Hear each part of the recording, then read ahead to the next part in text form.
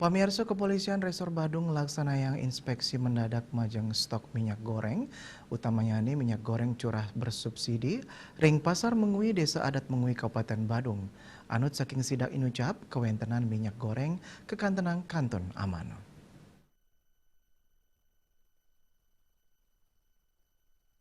Kapolres AKBP Leo Dedi Defretes Mausang, ya diasun distributor nenten nyabran raineng laksana yang pengiriman, daging penyiagaian minyak goreng curah ke kantonang aman, turkramo mangdane nenten osa, untuk kewentenan minyak goreng ring pasaran.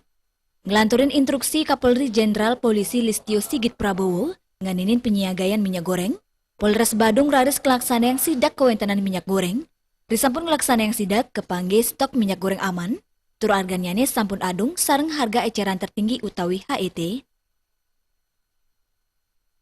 Saat ini kami dari Polres Badung bersama jajaran melaksanakan sidak langsung di Pasar Mengui Tani, Kabupaten Badung.